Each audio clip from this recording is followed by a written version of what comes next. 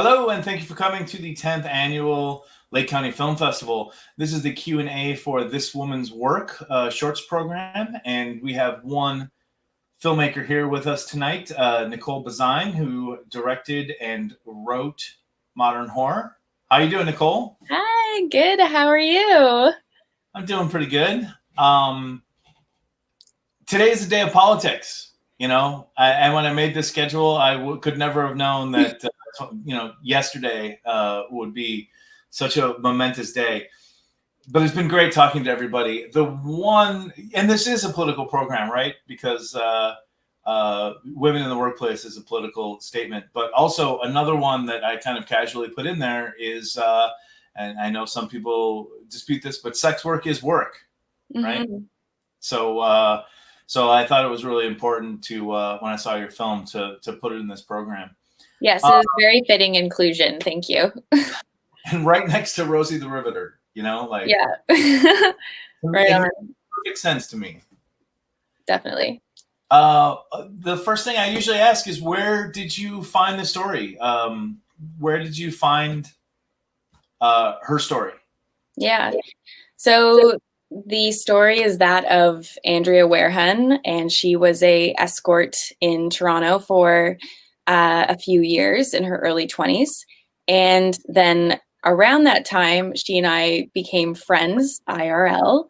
And so just naturalistically, the story found me. And we actually collaborated on a book project. So we self-published a memoir that collected a range of Andrea's stories about that time she worked as an escort, or those years she worked as an escort.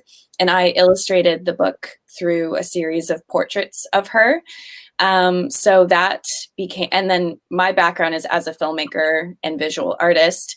So it kind of felt like a natural progression to take some of what we had worked with or incorporated in the book and kind of take that story to the screen. And so that's how the story found me, and how it sort of evolved over the years to become this short film.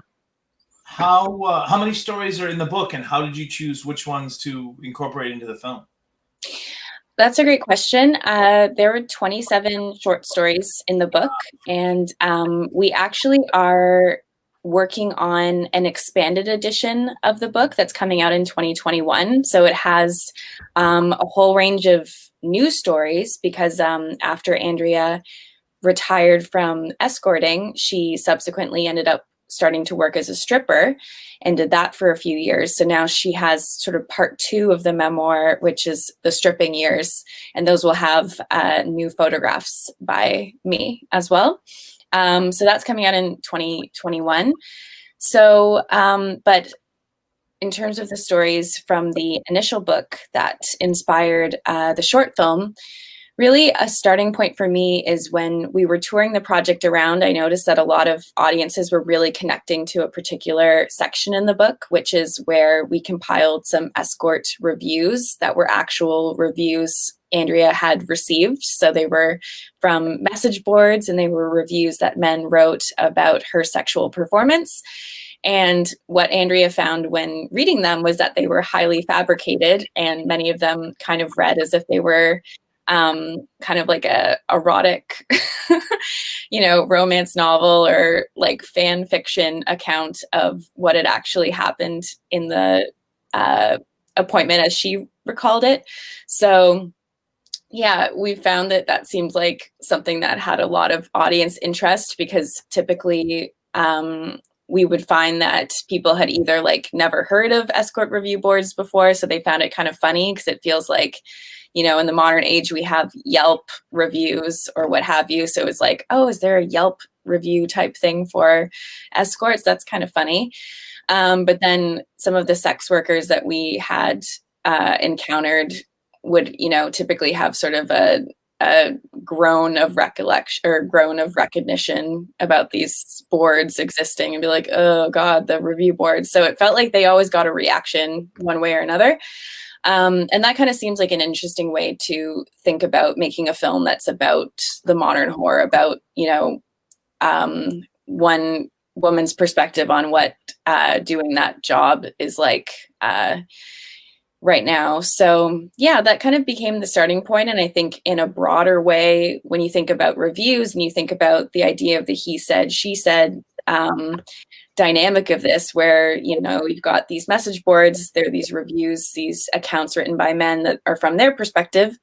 And then thinking about the escort's perspective, there's definitely a power dynamic at play there that speaks to like a broader power dynamic in the work in general, where it's really, you know, women can find this work very empowering, but inherently, because there's not, you know, decriminalization, there's not protection under the law for these sex workers, it means that it's a job that presents a lot of risk to them, and that's something that we get into in the film as well.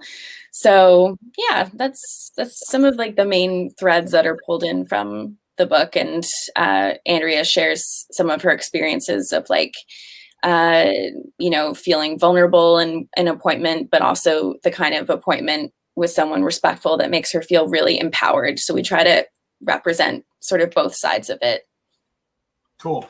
I thought for a second in there you said modern horror instead of modern horror, and yeah. I was thinking, what's a more apt modern horror than men harassing and lying about women online? You know, that's like the modern horror. Yeah. Horror. It definitely can be horrific in that way. Yes. Nice one. And now I forgot the other thing I was going to say. You have a really unique visual style on this film, and even sort of the breaking the fourth wall that you do a little bit. Do you have any particular inspiration for that, or purpose behind it, besides just looking great visually, you know? Yeah. Well, I think that, you know, one of the really interesting aspects of this film is that Andrea has the ability to not just be an intriguing interview subject, but she also has, like, she's a fantastic performer. And so I think it's just sort of, you know, and I have a lot of interest in visual art, and like I said, I do photography as well. And, you know, the illustrated book that we did together has a lot of like color, and it's actually highly inspired by Playboy magazines from the 60s and 70s, the photography for the book. So in that way, like, I guess that's kind of what inspired this, because I'm working with a subject who's not only, like I said, great in interview, but she actually has the ability to like act out these scenes as well. And she's, you know, she can do comedic things. And so I think for me as a filmmaker, it just gives me a lot of freedom to be like, oh, well, let's just push these dramatizations as far as they can possibly go, and kind of take advantage of Andrea's talents in that way. And we also just were lucky to amass a team with a really like brilliant production designer, Charisse McLaughlin, a really amazing DOP, Nina Jasic. And I think their abilities allowed this to be like an extra visually driven documentary, which was really exciting. I also personally am interested in just like pushing the boundaries of what people may expect with a documentary. And I think it's interesting to make a nonfiction film, but feel free to take things from, you know, scripted influences and kind of put that in there. I think that's very exciting to me, to sort of like blur the lines a little bit between, and that's where kind of hybrid filmmaking is interesting to me. And both ways, really, to me, even like a narrative that incorporates parts of documentary, like American Splendor, or, you know, I just had a discussion with two shorts today that were, you know, obviously they were like based on true stories, but they went for a very naturalistic non-actor feel as well. And I definitely love that.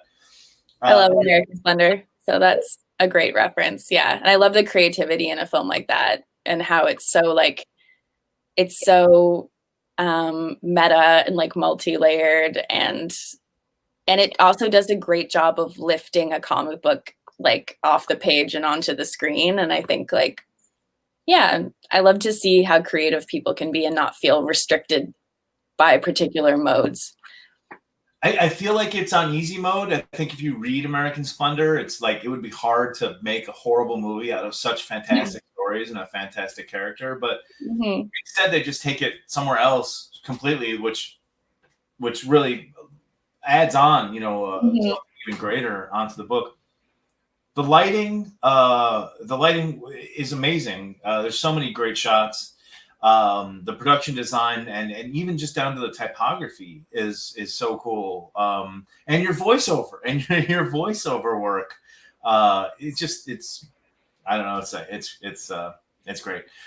Did she? I was just thinking. I remember what I was thinking of. Are the elements in the film why she quit doing direct sex work?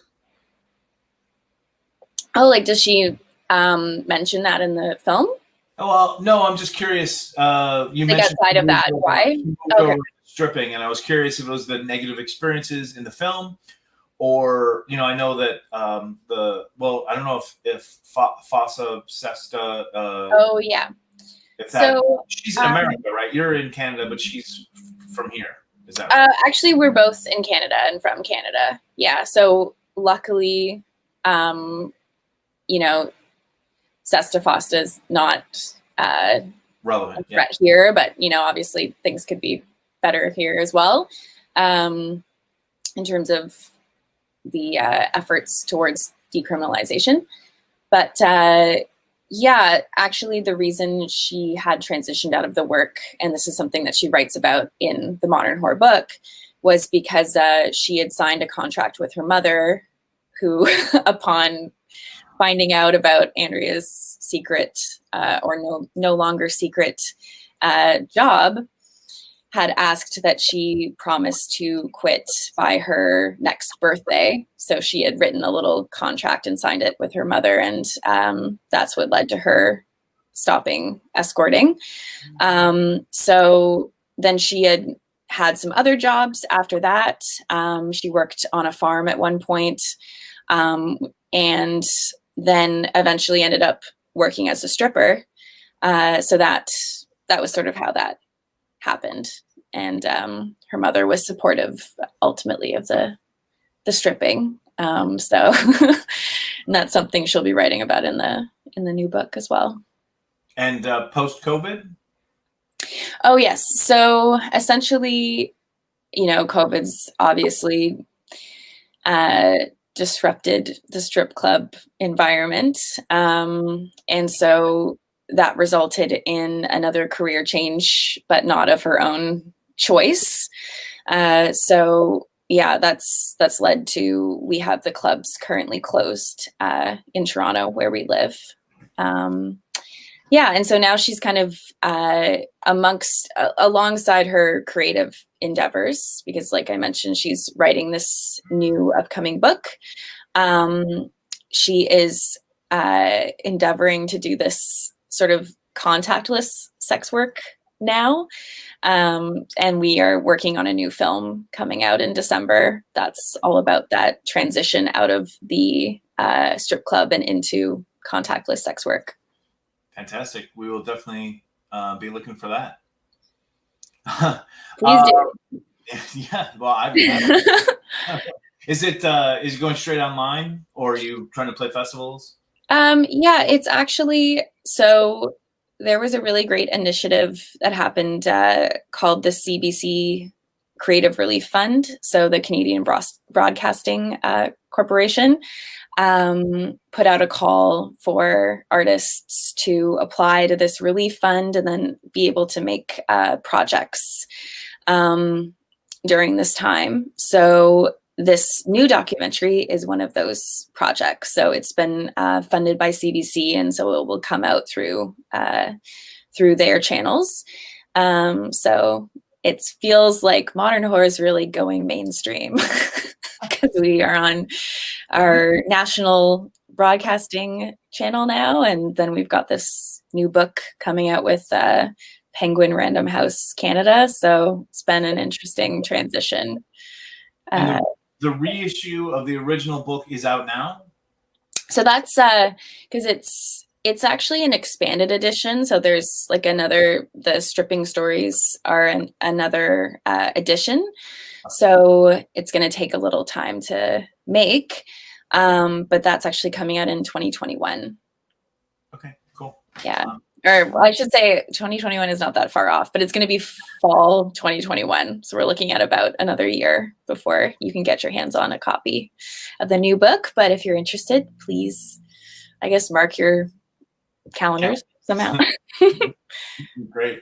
It's surprising, actually. I've got 4 books from talking to people, like 4 books to add to my wish list now, just from shorts I didn't know were based on books when I programmed them. Wow. People are talking to me, and I found out about them, and they sound really interesting, all of them. Well, thanks so much for joining us. It's a real pleasure to show the movie to people, and I love it as part of this program. And thanks for talking to me and talking to our audience. And thanks a lot. My pleasure. Thank you for having me. My pleasure.